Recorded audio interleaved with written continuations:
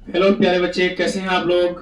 उम्मीद है कि आप लोग सब कुछ अच्छे होंगे और अपनी तैयारी बहुत अच्छे तरीके से कर रहे होंगे। आज हम लोग बिहार बोर्ड जीव विज्ञान यानी बायोलॉजी से क्लास 10th के लिए मोस्ट वीवीआई ऑब्जेक्टिव लेकर के आए हैं। आप लोगों के बीच आप लोग इस 50 ऑब्जेक्टिव को हम लोगों के साथ कीजिए और देखिए कि आपका 50 में से कितना ऑब्जेक्टिव सही हुआ है। ये बहुत ही इंपॉर्टेंट है प्यारे बच्चों, बहुत सारे प्रश्न आपके यहीं से आएंगे, इसलिए इसको लास्ट तक देखना नहीं भूलिएगा। जरूर देखिएगा आप लोग। वीडियो अगर आपको अच्छी लगे, नॉलेज अगर आपको अच्छी लगे तो आप लोग लाइक कमेंट के साथ शेयर जरूर कीजिएगा। चैनल में अगर आप लोग पहली बार हैं तो सब्सक्राइब जरूर कीजिएगा। तो चलिए प्यारे बच्चों शुरू करते हैं हम लोग पहले क्वेश्चन से। पहला क्वेश्चन है, मानव हृदय में शुद्ध ऑक्सीजन युक्त, याद रखिएगा बच्चों, जिस ब्लड में ऑक्सीजन होता है उसको हम लोग कौन सा ब्लड कहते हैं? शुद्ध ब्लड कहते हैं। और जिसमें कार्बन डाइऑक्साइड होता है प्यारे बच्चों उसको हम लोग कौन सा ब्लड कहते हैं? अशुद्ध ब्लड कहते हैं। तो ऑक्सीजन युक्त रक्त किस भाग में पाया जाता है? आप सबको पता है मानव हृदय के कितने कोष्ठक हैं? 4 कोष्ठक है प्यारे बच्चों। इन 4 कोष्ठकों में नाम है बायां अलिंद, दायां अलिंद, फिर बायां निलय, दायां निलय। तो इसका सही आंसर होगा प्यारे बच्चों ऑप्शन सी, बायां अलिंद। शुद्ध जो रक्त है वो कौन से अलिंद में होता है? वो बायां अलिंद में होता है। नेक्स्ट है नेफ्रॉन। आप लोग देखे होंगे सिलेबस में न्यूरॉन और नेफ्रॉन। तो नेफ्रॉन का वह भाग जहां अधिकांश पुनर्शोषण होता है कहलाता है। तो इसका सही आंसर होगा प्यारे बच्चों ऑप्शन बी, पीसीटी। यानी आप ये पीसीटी सोच रहे होंगे कि ये क्या है, तो आप इसको शॉर्टकट में इतना जान लीजिए, नेफ्रॉन के अंदर में बहुत सारा छोटा छोटा ट्यूब होता है। उनमें से 2 तरह के ट्यूब होते हैं बच्चों, एक होता है पीसीटी और होता है क्या? एक होता है टीसीटी। याद रखिएगा, उसका उसमें लूप होता है, लूप मतलब काट टाइप का। तो प्यारे बच्चों याद रखिएगा, ज्यादा जो पुनर्शोषण यानी अवशोषण जो होता है वो कहां होता है? पीसीटी में होता है। ऑप्शन बी इसका सही होगा। तीसरा है श्वसन के दौरान यानी सांस लेने के दौरान, श्वसन के दौरान ऊर्जा किस रूप में मुक्त होती है? तो याद रखिएगा प्यारे बच्चों, श्वसन हम लोग जब सांस लेते हैं तो हमारे शरीर में जो ऊर्जा बनता है वो किस रूप में बनता है कोशिकाओं में? एटीपी के रूप में। एटीपी का फुल फॉर्म सारे बच्चों को पता ही होगा, एडिनोसिन ट्राइफॉस्फेट। Adenosine triphosphate. अगला प्रश्न है, पौधों में भोजन का परिवहन किस उत्तक द्वारा होता है? याद रखिएगा प्यारे बच्चों, पौधों में 2 तरह का ही उत्तक होता है। एक होता है आपका, पता ही आपको, जाइलम, और एक क्या होता है? फ्लोएम। जाइलम और फ्लोएम। तो ये याद रखिएगा मेरे प्यारे बच्चों कि इसको आपको याद कैसे करना है। तो सिंपल सा ट्रिक है इसके लिए, सीधा याद रखिएगा, जौ से जाइलम और जौ से जल। तो जल का जो वाहन होगा प्यारे बच्चों जाइलम से होगा, और भोजन वगैरह या खनिज लवण जो भी उसका जो परिवहन होगा प्यारे बच्चों वो किससे होगा? फ्लोएम कोशिका से। किससे? फ्लोएम कोशिका। तो ऑप्शन बी इसका क्या है? करेक्ट है। 5वां प्रश्न है, मानव रक्त में यानी मनुष्य के शरीर का जो रक्त है उसमें ऑक्सीजन का वहन किसके द्वारा होता है? तो याद रखिएगा प्यारे बच्चों, इसका ऑप्शन सी करेक्ट होगा, हीमोग्लोबिन के द्वारा। हीमोग्लोबिन ही जो है मनुष्य के शरीर में रक्त का वहन करता है, और हीमोग्लोबिन के कारण ही रक्त का रंग क्या होता है प्यारे बच्चों? लाल होता है। रक्त का रंग क्या होता है? लाल होता है। नेक्स्ट 6 नंबर क्वेश्चन है, वह हार्मोन जो किशोरों का मतलब होगा प्यारे बच्चों वह बच्चा जो 16 साल से पहले, 18 साल से पहले का होगा और वो बॉयज होगा, उसको हम लोग किशोर कहेंगे। लड़कियों के लिए क्या कहेंगे? किशोरी कहेंगे। तो ये ध्यान रखेंगे प्यारे बच्चों, किशोर होगा तो लड़के और किशोरी होगा तो लड़कियां में यौनावस्था के लक्षणों को नियंत्रित करता है। तो इसका सही आंसर होगा प्यारे बच्चों ऑप्शन सी, टेस्टोस्टेरॉन। टेस्टोस्टेरॉन लड़कों के लिए, किशोरों के लिए। और किशोरियों का अगर प्रश्न आ जाएगा प्यारे बच्चों तो आप क्या आंसर देना चाहेंगे? एस्ट्रोजन देना चाहेंगे। जब क्योंकि यहां पूछ रहा है किशोर, तो इसका करेक्ट आंसर होगा ऑप्शन सी, टेस्टोस्टेरॉन। अगला प्रश्न है, अग्नाशय जिसको हम लोग पैंक्रियास कहते हैं से कौन सा हार्मोन स्रावित होता है? तो याद रखिएगा मेरे प्यारे बच्चों, इसका सही आंसर है इंसुलिन। इंसुलिन की कमी से आप लोगों को पता ही है कौन सा बीमारी होता है। अगर जिनको पता है तो कमेंट बॉक्स में कमेंट जरूर कीजिएगा कि इंसुलिन की कमी से कौन सा बीमारी होती है। 8वां प्रश्न है, सजीव जीवधारियों द्वारा किस प्रकार के नाइट्रोजनी पदार्थों का उत्सर्जन होता है? जो सजीव जीवधारी होते हैं प्यारे बच्चों उनके द्वारा किस प्रकार के नाइट्रोजनी पदार्थ का उत्सर्जन किया जाता है? तो यूरिया भी होता है प्यारे बच्चों, अमोनिया भी होता है, यूरिक अम्ल भी होता है। आपको पता है जिन लोगों का यूरिक अम्ल बढ़ जाता है पेशाब में उनकी हड्डियां दर्द करने लगती है। तो इसका सही आंसर हो जाएगा ऑप्शन डी, इनमें से सभी। That means kidney. आप सबको पता है एक जोड़ी किडनी होती है। कितनी जोड़ी किडनी होती है? एक जोड़ी किडनी होती है। सीम के बीच के आकार का में किस क्रिया में सहायता प्रदान करता है? तो ये हमारे शरीर में कौन सा कार्य करता है प्यारे बच्चों? सबको पता है, ये उत्सर्जन करता है, हमारे शरीर की बेकार चीजों को परिष्कृत करके बाहर निकालता है। श्वसन ये पता ही है, ये किस में होता है? सांस लेने और छोड़ने में, फेफड़े का इस्तेमाल। तो इसमें किस में जाना है आपको प्यारे बच्चों? ऑप्शन सी के साथ जाना है। ऑप्शन सी इसका क्या है? करेक्ट आंसर है। हम लोग सिर्फ इसमें ऑप्शन करेक्ट वाले को बोलेंगे और उससे रिलेटेड आपको कुछ इंफॉर्मेशन देंगे। वीडियो अगर अच्छी लगे तो शेयर जरूर कीजिएगा। चैनल में पहली बार है तो आप लोग सब्सक्राइब जरूर कीजिएगा प्यारे बच्चों। हम लोग भी शुरुआती दौर में है, स्ट्रगल कर रहे हैं और आप चाहेंगे आपका थोड़ा सा प्रेम और प्यार मिलेगा तो हम लोग भी अच्छा कर सकते हैं। हमारा भी ये परिवार इल्म द पावर का परिवार बड़ा हो सकता है आपके थोड़े से प्यार और प्रेम से। निम्नलिखित में से कौन मनुष्य का उत्सर्जी अंग नहीं है? उत्सर्जी अंग यानी बेकार पदार्थों को निकालने वाला अंग नहीं है इनमें से। तो याद रखिएगा प्यारे बच्चों, ये जो है अग्नाशय इसका उत्सर्जी अंग नहीं है। ऑप्शन सी इसका सही है। निम्नलिखित में से पादप हार्मोन का उदाहरण है? पादप हार्मोन का उदाहरण है तो इसका सही आंसर होगा ऑप्शन ए IAA। नेक्स्ट है खुला परिसंचरण। यानी याद रखिएगा प्यारे बच्चों, खुला परिसंचरण का मतलब क्या होता है? यानी वे जीवधारी जिसके शरीर में रक्त को बहने के लिए नलियां नहीं होती है, पाइप नहीं होता। नली हमारे शरीर में नर्व होता है, नलियां होती है, लेकिन उसमें नहीं होता है प्यारे बच्चों। उसी को हम लोग क्या कहेंगे? खुला परिसंचरण तंत्र कहेंगे, पाया जाता है। तो याद रखिएगा प्यारे बच्चों, नली जो नहीं होता है, नर्व जो नहीं होता, नस नहीं होता प्यारे बच्चों, वो तितली में नहीं होता है प्यारे बच्चों। ऑप्शन बी इसका सही है। सबसे छोटी अंतस्रावी ग्रंथि है। ग्रंथियां दो तरह की होती है, बाह्य स्रावी ग्रंथियां और अंतस्रावी ग्रंथियां। इसमें पूछा गया बच्चों सबसे छोटी अंतस्रावी ग्रंथि है, तो याद रखिएगा प्यारे बच्चों, पीनियल क्या है? सबसे छोटी अंतस्रावी ग्रंथि है, जिसका ऑप्शन सी है। C is the correct answer. Synaptic knobs यानी दरार पाए जाते हैं, याद रखिएगा प्यारे बच्चों, न्यूरॉन में। इसको पढ़े होंगे, न्यूरॉन की आकृति आप बना करके देखे होंगे इस तरह का, है ना? आप लोग देखे होंगे तो इसमें देखिएगा सिनेप्टिक दरार मिलेगा आपको। वो किसमें पाए जाते हैं? न्यूरॉन में पाए जाते हैं। 15 नंबर है थायरोक्सिन हार्मोन के संश्लेषण के लिए आवश्यक तत्व है। थायरोक्सिन जो हार्मोन है प्यारे बच्चों, इसके संश्लेषण के लिए कौन सा हार्मोन आवश्यक है? याद रखिएगा। तो इसका सही, इसके लिए कौन सा तत्व आवश्यक है? तो इसका सही आंसर होगा प्यारे बच्चों आयोडीन, क्योंकि आप जानते होंगे आयोडीन का संबंध किससे होता है? सीधे थायराइड ग्लैंड से। तो थायराइड ग्लैंड से तो कौन सा हार्मोन होगा? Thyroxine hormone. किसके साथ? आयोडीन के साथ। ऑप्शन बी इसका क्या है? करेक्ट है।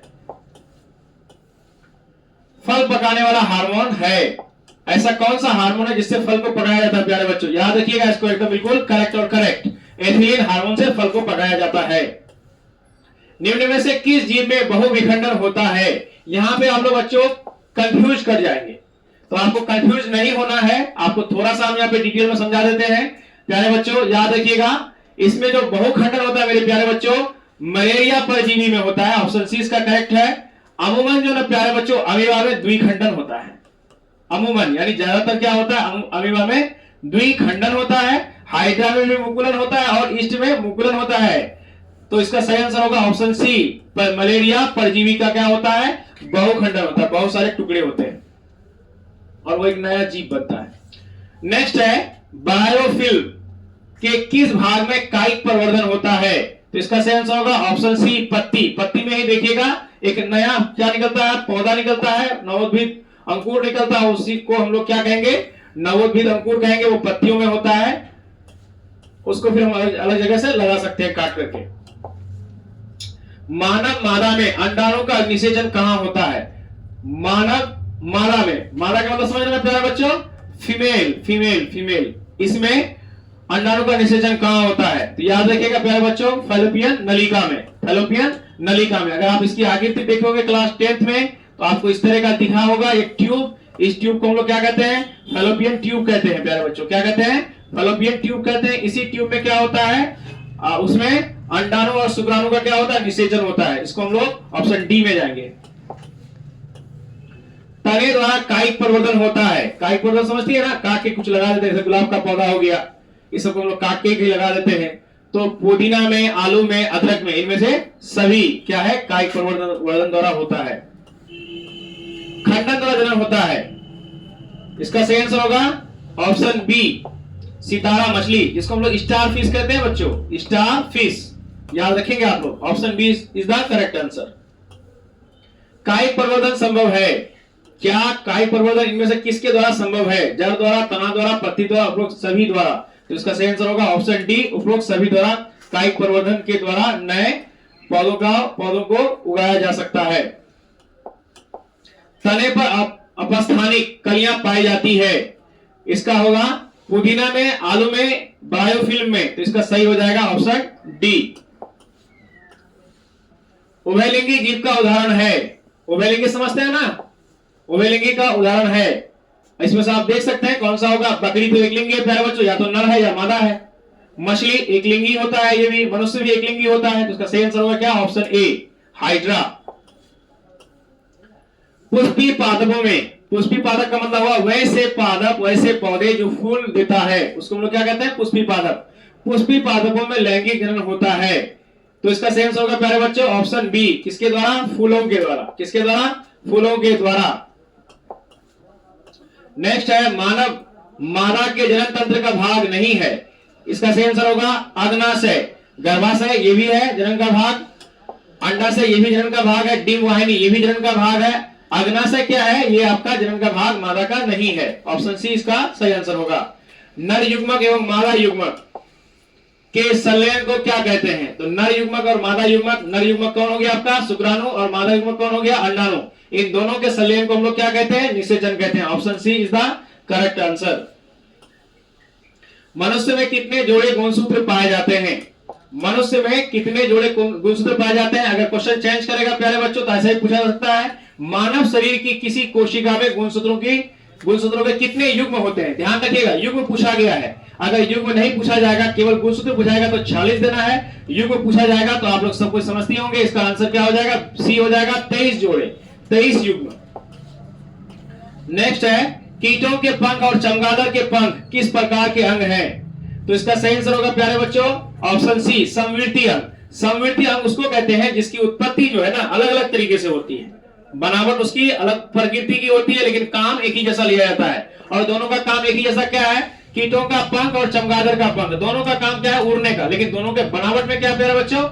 बुनियादी तौर पर यानी प्राथमिक तौर पर अंतर है। इसका सही आंसर होगा ऑप्शन सी, संवृत्ति अंग। अगला प्रश्न है वर्तमान प्राणियों में पाए जाने वाले वे संरचनाएं जिनका अब कोई उपयोग नहीं रह गया है कहलाती है।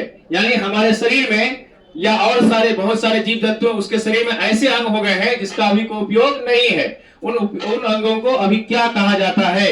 उन अंगों को हम लोग कौन सा अंग कहेंगे? तो याद रखिएगा, उन अंगों को हम लोग अवशेषी अंग कहेंगे, बेकार अंग कहेंगे। जैसे हमारे शरीर में क्या होता है? अपेंडिक्स। आप लोग सुने होंगे कि अपेंडिक्स का ऑपरेशन होता है। तो ये बड़ी आंत में उंगली जैसी एक रचना होती है, बड़ी आंत ऐसे करके होगा, ये ऊपर की ओर जाएगा, इसमें क्या होगी? उंगली जैसी रचना होगी प्यारे बच्चों। तो इसको क्या किया जाता है? इसका अगर ये खराब हो जाए तो इसको काट के बाहर निकाल लिया जाता है। इसका कोई असर शरीर पर नहीं पड़ता है, ये अवशेषी अंग कहलाता है।